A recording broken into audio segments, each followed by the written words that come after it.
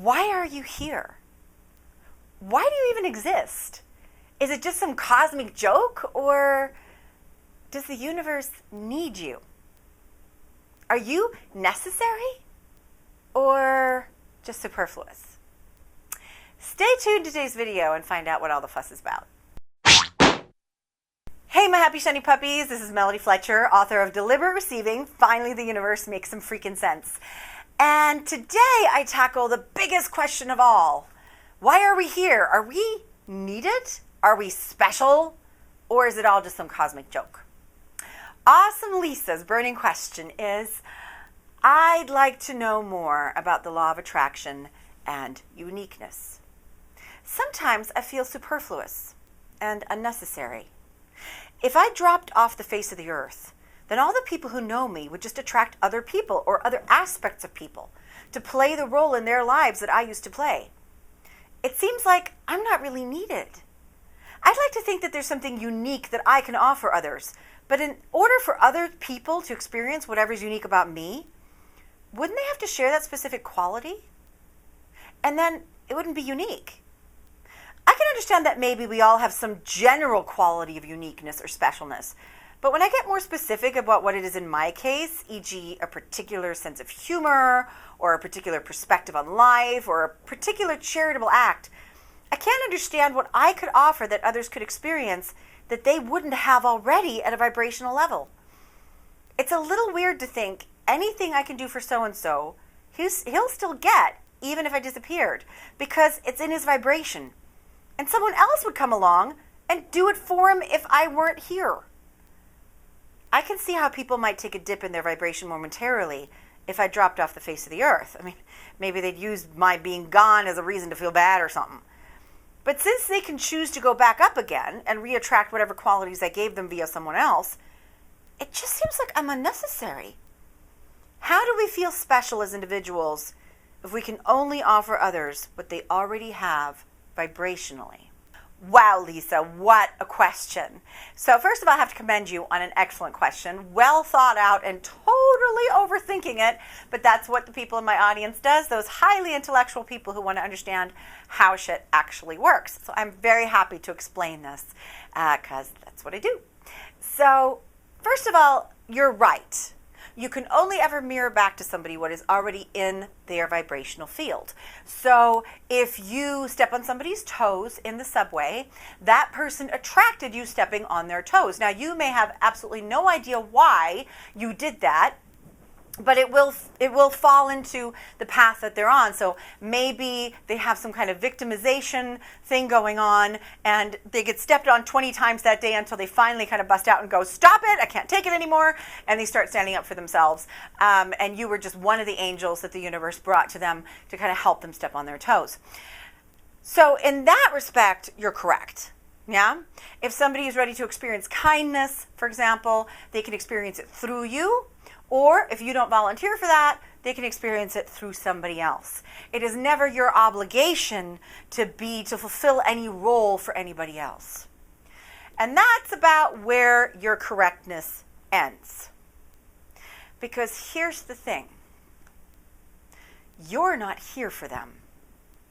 You're not here for anybody else. You're not here out of some sense of obligation for the rest of humanity. You're not here to fulfill any role for anybody.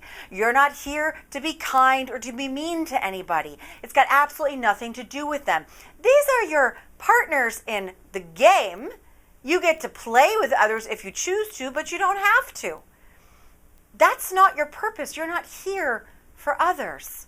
So all of the stuff that you talked about in your question about being there for them and fulfilling a role for them, and does it even matter if you do?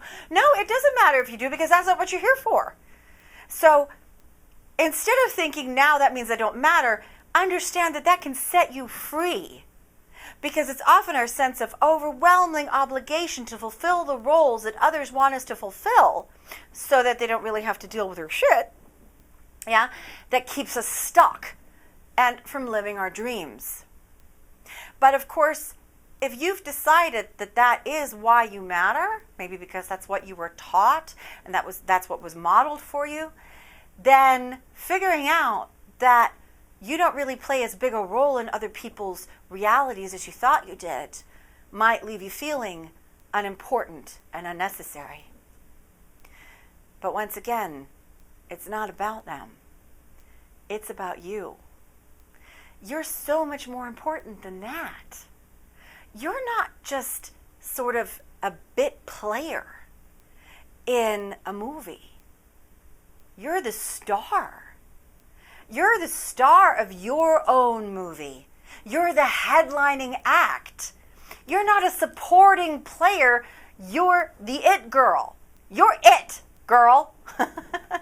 So why are you important? Because of your perspective, but not because of the perspective that you can offer to others. Just because of your perspective. Because every decision that you make, only you would make in exactly the same way. Especially when you put all those decisions together in combination. Every choice that you have made with your free will, even when you didn't know it was a choice, creates a unique experience, a unique path that only you will ever walk. No one will ever come behind you and walk the exact same path as you. And by doing that, by making every decision that you make, by holding every perspective that you do, by making every choice that you make, you offer this unique perspective and the data that you're gathering by walking that path to the universe, to all of us. You're adding to the collective wisdom, as everybody does. And if you didn't exist, we would be missing out on the information that you have to offer through your vibration. It's not an obligation. You're doing it whether you know it or not. You're doing it just by existing. And that's why you're here. You're benefiting everyone just by being here, just by focusing into this wonderful physical reality. Now, you don't have to be here, but you did choose to come. It was your choice. And when you made that choice, you did so not from a place of obligation or in order to learn lessons or in order to be valuable to humanity or even the universe. You came in order to have the experience, the unique experience that only you could ever have, to ride this amazing ride in exactly and specifically the way that you could do it, that you would do it, and no one before you and no one after you ever in the history of the universe will walk that exact same path again. You came for the adventure. You reveled in the idea of it. And you knew of your power. You knew that you were a master. And you came and set yourself perhaps some really large challenges, because that's what masters do. When you're really good at a video game, you're not going to go in and play the basic levels. You want the biggest, baddest dragon boss they have. Give me that sword, you say, and I will battle that dragon. Because I know I can, so I'll have fun doing it. You came for the fun of it. Now, in order to set yourself a really big challenge, because that's what a master does, like I said, you gave yourself the biggest challenge you possibly could, which was to forget that you were a master. And you're in the process of remembering that. And that is a pretty cool thing. That is an amazing purpose. You came to play this game at a time of awakening. You chose that. That wasn't a mistake. The timing of your birth was not a mistake. You came here right now because right now is where it's at. Right now is where it's all going down. Right now is where it's all exploding and shifting and turning on its head. And you knew that when you were on the other side of that, the fun would be enormous. You came for the ride of your life. This life, anyway. So, are you needed by the universe? No. You're not needed. The universe will go on without you, whether you exist or not. The universe is not desperate for your existence. The universe revels in your existence. All physical beings, non-physical beings, the mountains, the earth itself, revels and rejoices in your existence. You're not needed. You're wanted. You are wanted by the universe. You are wanted by all that is.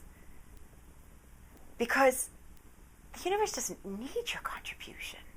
There's no pressure. There's no obligation. You are free to choose whatever you want. But you are so desired, so wanted.